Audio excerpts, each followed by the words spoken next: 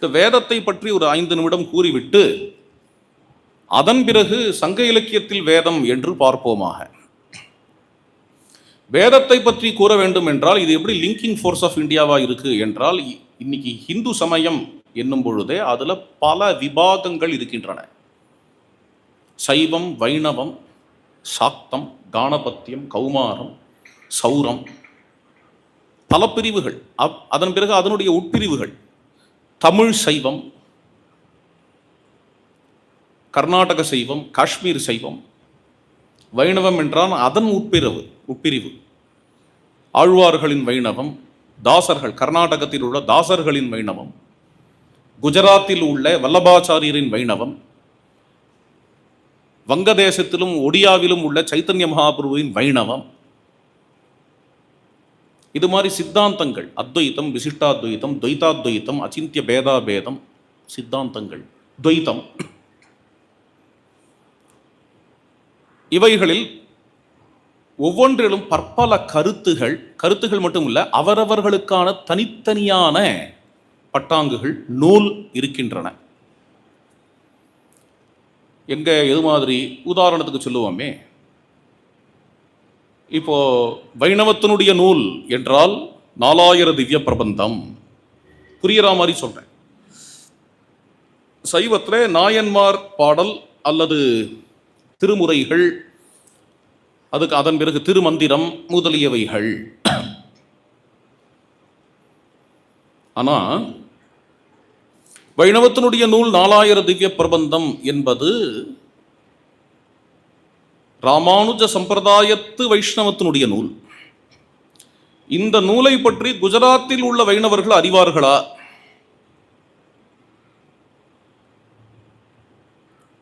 நான் வேற ஒரு கேள்வி கேட்குறேன்.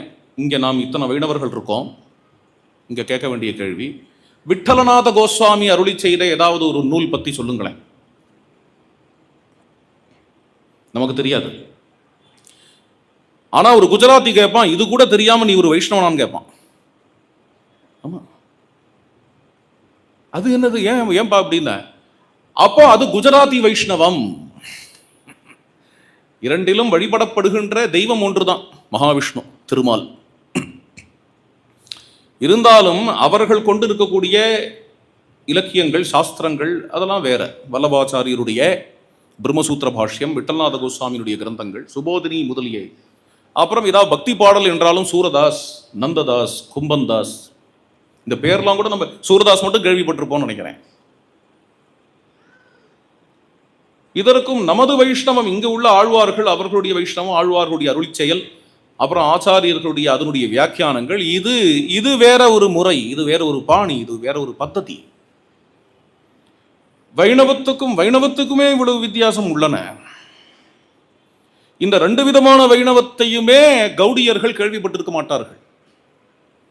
கௌடியர்கள்ங்கிறவா வங்கதேசத்தில் உள்ள சைத்தன்ய மகாபிரபு சம்பிரதாயத்தை சேர்ந்தவர்கள். அவர்களுக்கு நிச்சயமா ராமானுஜருங்கிற பெயர் போய் சேர்ந்திருக்கும். ஆனால் இவ்வளவு அருளி செயல் அல்லது கோதா பிரபந்தம், அந்த கோதாஸ்துதி, தேசிகனுடைய கோதாஸ்துதி, அல்லது பராசரபட்டருடைய ஸ்ரீகுணரத்ன கோஷம் முதலிய கிரந்தங்கள் எதுவுமே அவர்களுக்கு தெரியாது.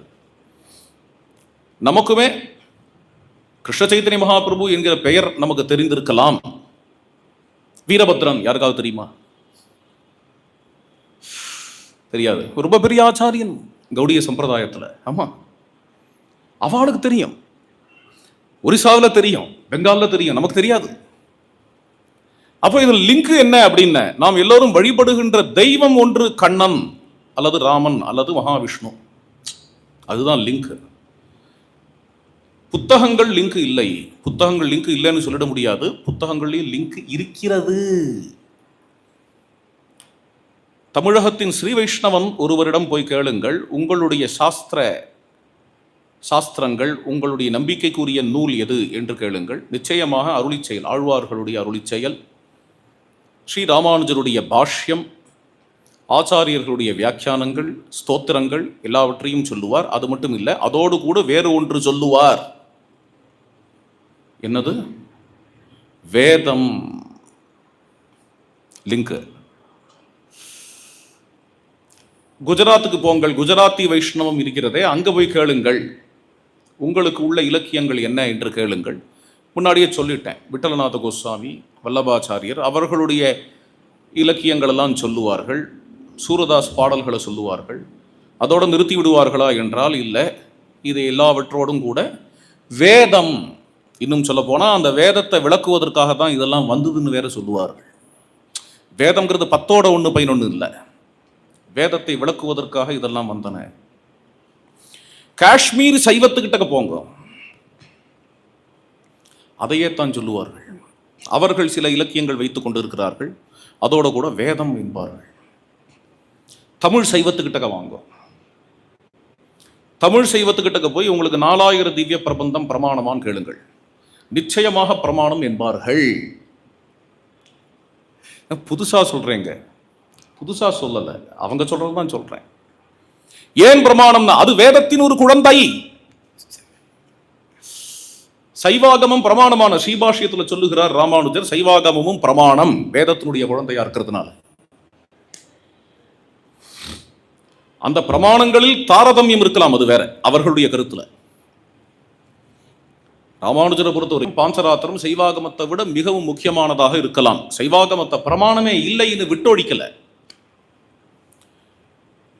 அவருடைய பிரமாணங்களில் சைவாகமும் சேருகிறது. பிரம்மசூத்திர பாஷ்யத்தை நீங்கள் பார்த்தால் தெரியும். அது ஏன் சேருகிறது என்றால் இது எல்லாம் வேத மாதாவின் ஒரே குழந்தைகள் என்கிற காரணத்தால். வீரசைவர் சித்தாந்த சிகாமணி என்கிற கிரந்தத்தை எழுதியவர், அவர் பேர் ரேணுகாச்சாரியர், கர்நாடகாவில் இருந்தவர். ரொம்ப கர்நாடகா சைவத்தில் மிகவும் பிரசித்தம், நமக்கு அவரை பற்றி தெரியாது. அவருடைய சித்தாந்த சிகாமணியில் பாஞ்சராத்திரத்தை பிரமாணம் என்று கூறுகிறார். ரொம்ப இன்ட்ரெஸ்டிங்கான விஷயம்னா, மோரார்லஸ் இந்த இருவருமே ஒரே சொல்லாடல் கொடுக்கிறார்கள். ராமானுஜர், ரேணுகாச்சாரியர். ரேணுகாச்சாரியர் ஸ்ரீபாஷ்யத்தில் எது மாதிரியான சொற்களை அங்கு கையாளுகிறாரோ அதே சொற்களை கையாளுகிறார் ரேணுகாச்சாரியர். எதுன்னா நமக்கு எது பிரமாணங்கள்ங்கிற இடத்துல நியாயம், வைசேஷிகம், வேதாந்தம், ஆகமங்கள், சைவ ஆகமங்கள், வைஷ்ணவ ஆகமங்கள், இது எல்லாமே பிரமாணம். காரணம் என்னன்னா இது எல்லாமே வேதத்தின் குழந்தைகள். இவற்றுள் ரேணுகாச்சாரியர் சொல்வார், நாம் சைவர்களாக இருப்பதால் இந்த சைவாகமம் என்பது முக்கியமான பிரமாணம் என்று தூக்கி பிடிப்பார். அதையே ஸ்ரீ ராமானுஜர் என்ன பண்ணுவார் என்றால் பாஞ்சராத்திரம் முக்கிய பிரமாணம் என்று தூக்கி பிடிப்பார். இது ஒரு முக்கியமான பாயிண்ட். அப்போ என்ன ஆறுதுன்னு நம்ம எல்லாரையும் லிங்க் பண்றது என்ன? வேதம். இந்த வேதம் என்பது இந்தியா முழுவதும் காஷ்மீர் துவங்கி கன்னியாகுமரி வரை அந்தந்த நாடுகளில் என்ன என்ன மாநிலங்கள் இருக்கின்றனவோ, வேத அனந்த போதிலா அர்த்த இத்துக்காட்சி சாதிலா மராட்டி, எங்கு பார்த்தாலும் ஞானேஸ்வரா வேதத்தை விளக்க வந்திருக்கிறேன்கிறார். ஞானேஸ்வரர் தாங்கிறது இல்லை, ராமானுஜர் தாங்கிறது இல்லை, குருநானக் சொல்லுவார். குரு கிரந்த சாஹிப், குரு கிரந்த சாஹிப்ல இது சொல்ல வரலனா இருந்தாலும் சொல்றேன். இது குருமுக சாஸ்திர சுமிரத் வேத, குருமுக நாது வேத விசார்.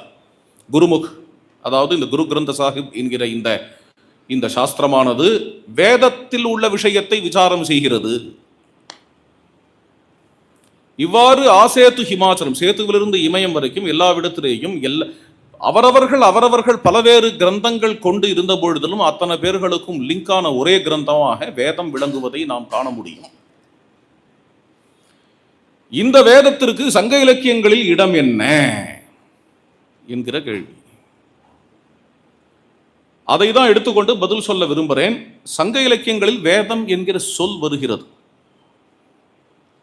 ஒரு உதாரணம் சொல்ல வேண்டும் என்றால்,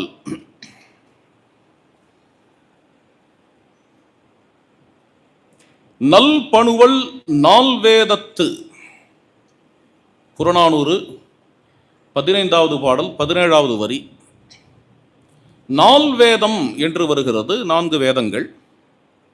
சரி, வேதம்னு நீ சொல்லு, 4 வேதங்கள்னு நீ சொல்லு, எதுவுமே இந்தியா முழுவதும் எதை வேதம் என்கிறார்களோ அது அல்ல. தமிழர்களுக்கு என்று தனியாக ஒரு வேதம் இருந்திருக்கிறது, அதைத்தான் சங்க இலக்கியங்கள் வேதம் என்று கூறுகிறது. பின்பு ஆரியர்கள் இங்கு வந்து தமிழ் வேதத்தை அழித்து வடமொழி வேதத்தை ஸ்தாபித்தார்கள். அந்த வேதத்தை பற்றி சங்க இலக்கியம் கூறவில்லை என்று சிலர் இந்த தமிழகத்தில் கூறிக்கொண்டு அலைவதை நாம் காண முடியும்.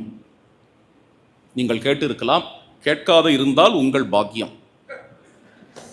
நாங்கள் துர்பாகியசாலிகள், அதனால கேட்டிருக்கிறோம். இது என்னத்துக்கு இதை போய் இப்போ இழுக்கிறேங்க அப்படின்னா பதில் சொல்லி ஆகணும் இல்லையா? இது ஒரு பூர்வபட்சமா, இதுக்கு ஒரு பதிலா?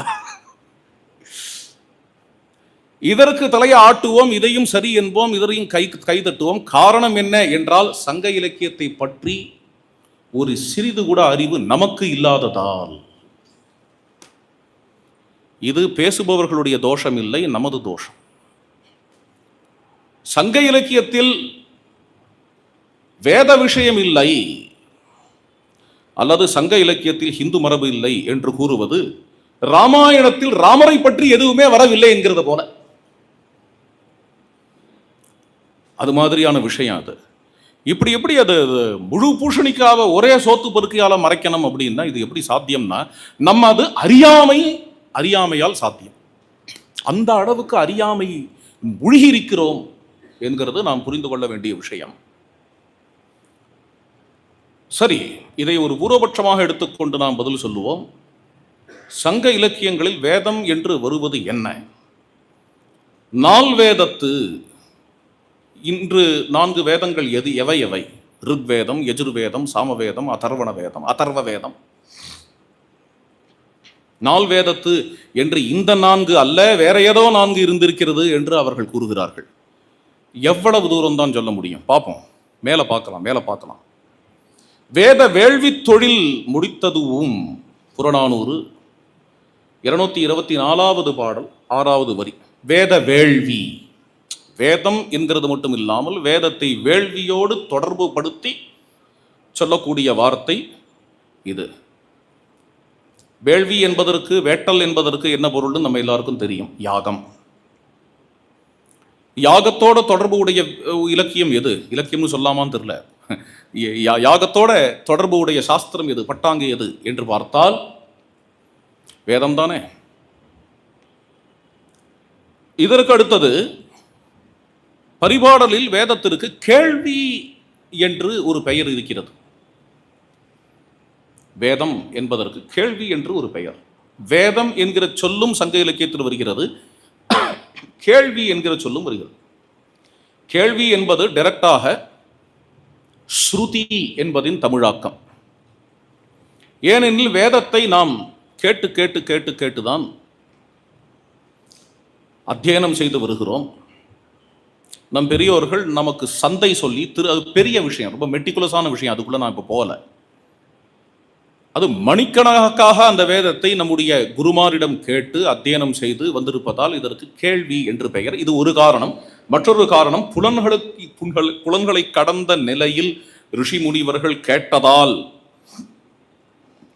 சித்திலிருந்து ஆன்மாவிலிருந்து அந்த மந்திரத்தை கேட்டதால் அவைகளுக்கு கேள்வி என்று பெயர். அதை பற்றி இந்த கேள்வி என்கிற சொல்லை கொண்டு வேதத்தை காட்டுகிறது பரிபாடல். இது 2வது பரிபாடல் 25வது வரி. வடு இல் கொள்கையின் உயர்ந்தோர் ஆய்ந்த கெடு இல் கேள்வியுள் நடு ஆகுதலும். திருமாலை வாழ்த்துகிறார். திருமால் மகாவிஷ்ணு எப்படி இருக்கிறார் என்றால், கெடு இல் கேள்வி, குற்றமே இல்லாத, தவறே இல்லாத ஸ்ருதி இருக்கே, அந்த ஸ்ருதியின் நடுவாக மையமாக இருக்கிறார். ஏகம் சத் விப்ராஹா பகுதா வதந்தி என்கிறபடி வேதத்தில் எத்தனை தெய்வங்கள், எத்தனை நாம ரூபங்கள் வந்தாலும் இது எல்லாமே இந்த திருமாலை குறிக்கின்றன என்கிறதை பரிபாடல் காட்டுகிறது. கெடு இல், அந்த இடத்தில் கேள்வியை பற்றி, ஸ்ருதியை பற்றி குற்றமில்லாத ஸ்ருதி. குற்றமில்லாத ஸ்ருதி என்பது நமது மரபு. ரொம்ப அருமையான மரபு. ஏன்னா பொதுவாக எர் இஸ் டு ஹியூமன்கிற ஒரு அடிப்படையில் பார்த்தோமாகில் எவ்வளவு பெரியோர்களாக இருந்தாலும் சான்றோர்களாக இருந்தாலும் சில இடங்களில் அவர்களுடைய எழுத்திலோ அல்லது அவர்களுடைய பேச்சிலோ பிழை இருக்கலாம்.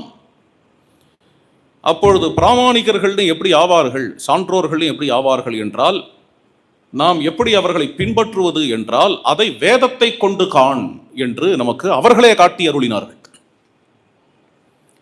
யானி அஸ்மாககும் சுச்சரித்தானி தானி தொயோபாஸ்யானி ந இதராணி. எங்களிடம் என்ன நன்னிடத்தை உள்ளதோ அதை பின்பற்றுங்கள், மற்றவை ஏதாவது இருந்தால் அதை ஏற்காதீர்கள் என்று இந்த தைத்திரிய உபனிஷத் வாக்கியம்.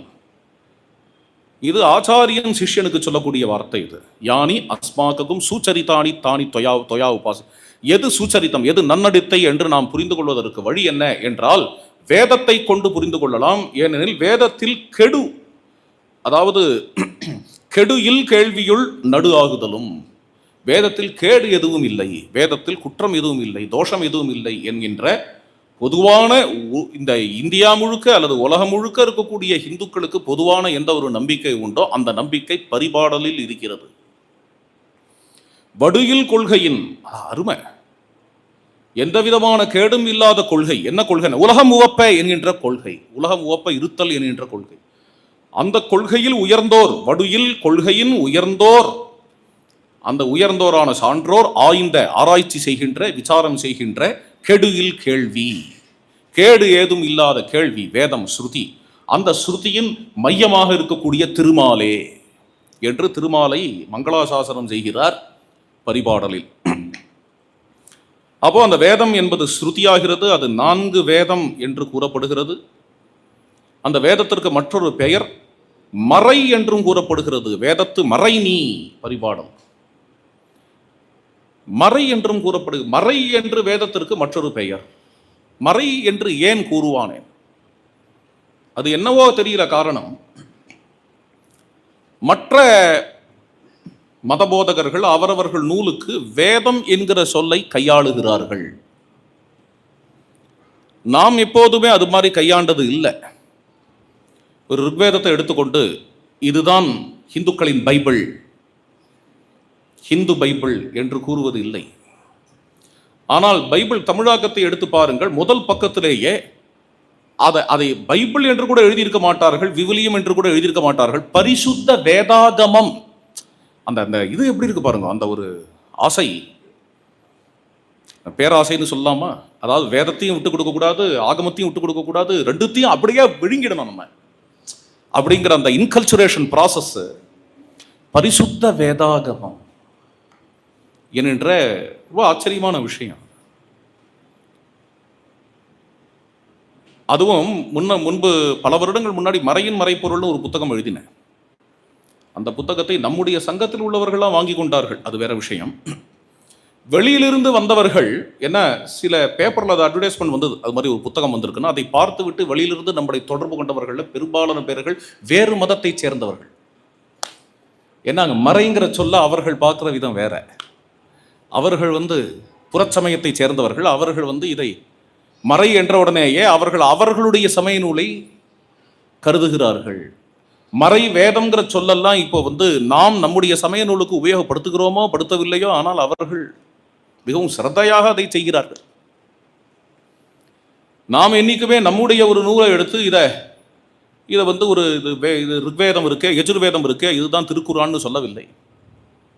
ஆனால் பைபிள் அப்படின்னு வரும்பொழுது இதை மறை என்றோ வேதம் என்றோ பரிசுத்த வேதாகமம் என்றோ கூறுவது என்கிறது அவர்களுக்கு ஒரு அன்றாடமாக ஆகிவிட்டது. அதுவும் திருநெல்வேலி ஜில்லாவில் அந்த சமயத்திற்கு யாராவது மாறிவிட்டால் என்ன சொல்லுவார்கள் என்றால், வேதக்காரனாக மாறிவிட்டான் என்று சொல்லுவார். அந்த அளவுக்கு அந்த சொல்லாடல் அவ்வளவு தூரம் போயிருக்கிறது. ஏன் இது வந்தது, எதுக்காக இந்த பாயிண்டை கொண்டு வந்தேன்? மறை என்கிற சொல்லுக்கு உண்மையான பொருள் என்ன? சங்க இலக்கியங்களில் மறை என்பதற்கு என்ன பொருள்? மறை என்று எந்த இலக்கியத்தையும் வேணா சொல்லலாம்.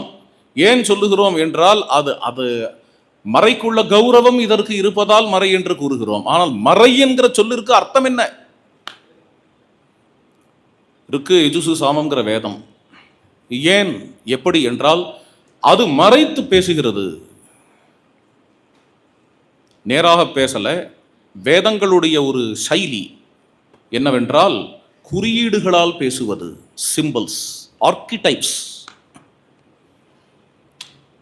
குறியீடுகளால் பேசுவது என்கிறது வேதத்தின் பாணியாக இருக்கிறதுனால் வேதத்திற்கு மறை என்ற சொல் பெயர் பொருந்தும். சம்ஸ்கிருதத்தில். அதனால்தான் சந்தம் என்கிறோம், சாந்தசம் என்றெல்லாம் கூறுகிறோம். சந்தஸ் என்றால் மறைத்து இருப்பது. எப்படி ஸ்ருதி என்பது கேள்வி என்று ஆகிறதோ அது மாதிரி சந்தசு சாந்தசம் என்பது மறையாகிறது. தத்துவங்களை நேர்முகமாக பேசாமல் குறியீடுகளால் காட்டுவது, அதனால் அதற்கு மறை என்கிற பெயர் வந்தது. இந்த வேதத்தை சொல்லும் விதம் மதுரை காஞ்சி என்கிற சங்க இலக்கியத்தில் 655வது வரியில் தாது உன் தும்பி போது முரன்றாங்கு ஓதல் அந்தணர் வேதம் பாட என்று, வண்டு ரீங்காரம் பண்ணுவது போல வேதம் பாட வேண்டும் என்று வேதத்தினுடைய ஸ்ருதியை காட்டுகிறது. ரெசனன்ஸ். இதெல்லாம் கொஞ்சம் யோசித்து பாருங்கள். வண்டு ரீங்காரம் பண்ணுவதை போலே இன்றைய தினம் எந்த ஒரு இலக்கியத்தை பாடுகிறார்கள்? எந்த ஒரு இலக்கியம் இன்று வரை பெரும்பாலும் கேள்வியாலேயே வருகிறது? இன்றும் சந்தை திருவை ஆவருத்தி தரவாவிருத்தி என்கின்ற பெயரில் திருப்பி திருப்பி சொல்லி சொல்லி வாங்கி சொல்லி வாங்கி சொல்லி வாங்கி சொல்லி எந்த ஒரு சாஸ்திரத்தை இன்றைய தினம் வரைக்கும் உருவேற்றி கற்றுக்கொள்ளுகிறார்கள்? அப்போ இந்த வேதம் வேற, அந்த வேதம் வேறையா? இதோட நிறுத்தலை, இன்னும் மேலே போறேன். நான் இன்னும் பல விஷயங்கள் சொல்ல வேண்டியது இருக்குதுல. இந்த வேதத்தை உள்வாங்கி இந்த வேதத்தை பாராயணம் செய்பவர்கள், ஓதுபவர்கள், அழகான வார்த்தை. இந்த ஓதுபவர்களை பற்றி மிகவும் அருமையாக இங்க ஒரு பாடல். இதுவும் திருமுருகாற்றுப்படை, திருவேரகம் என்கிற க்ஷேத்திரம். நான் முதலில் ஆரம்பித்தது, உலகம் ஓப்பன் ஆரம்பித்தது எந்த க்ஷேத்திரம் தெரியுமா? அதையும் சொல்லணும். திருப்பரங்குன்றம். இன்றைய சொற்பொழிவே திருப்பரங்குன்றத்தில் தான் ஆரம்பிச்சது.